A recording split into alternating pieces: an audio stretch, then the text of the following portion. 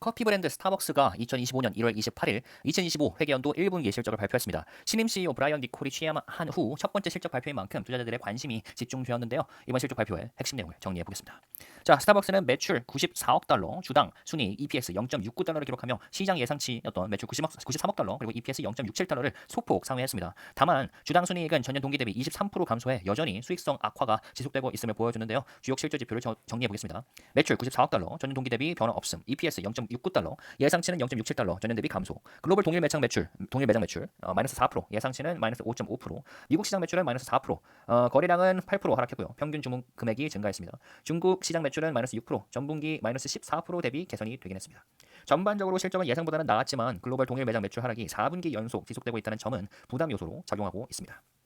자, 스타벅스에 있어서 가장 중요한 시장은 미국과 중국인데요. 두 시장에서 실적을 비교해 보겠습니다. 미국은 거래량 감소, 단가 상승. 그러니까 동일 매장 매출은 4% 감소했으며 특히 방문객 수, 트래픽 8% 감소가 눈에 띕니다. 다만 평균 주문 금액이 증가하면서 어느 정도 충격을 완화한 것으로 보입니다. 자, 중국 같은 경우는 매출 감소 6% 매출 감소를 기록했지만 지난 분기 마이너스 14%보다는 개선된 수치이긴 합니다. 그러나 평균 객단가가 4% 감소한 점이 문제로 지적되고 있습니다. 자, 중국 시장 같은 경우는 경쟁사인 루이싱 커피의 저가 공세에 맞서기 위해 스타벅스는 할인 전략을 펼치고 있지만 마진 압박이 심화되고 있는 것으로 보입니다.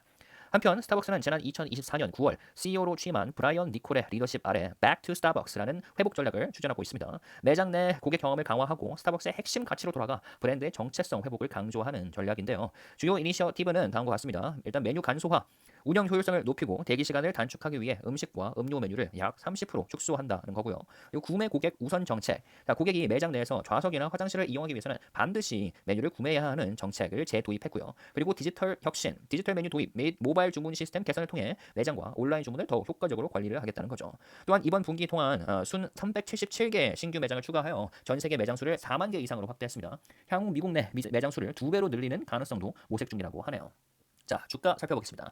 2025년 1월 28일 장 마감 후 실적 발표를 진행한 스타벅스 주가는 애프터마켓 초반 상승했지만 이후 보합권에서 마무리되었습니다.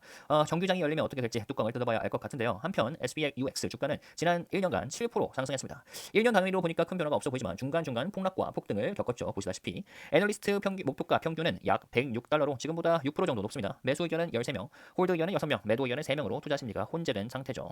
자, 스타벅스는 이번 실적 발표에서 예상치를 상회하여 턴어라운드 가능성을 보여줬지만 실질적인 변화가 나타나기까지 시간이 필요할 것으로 보입니다.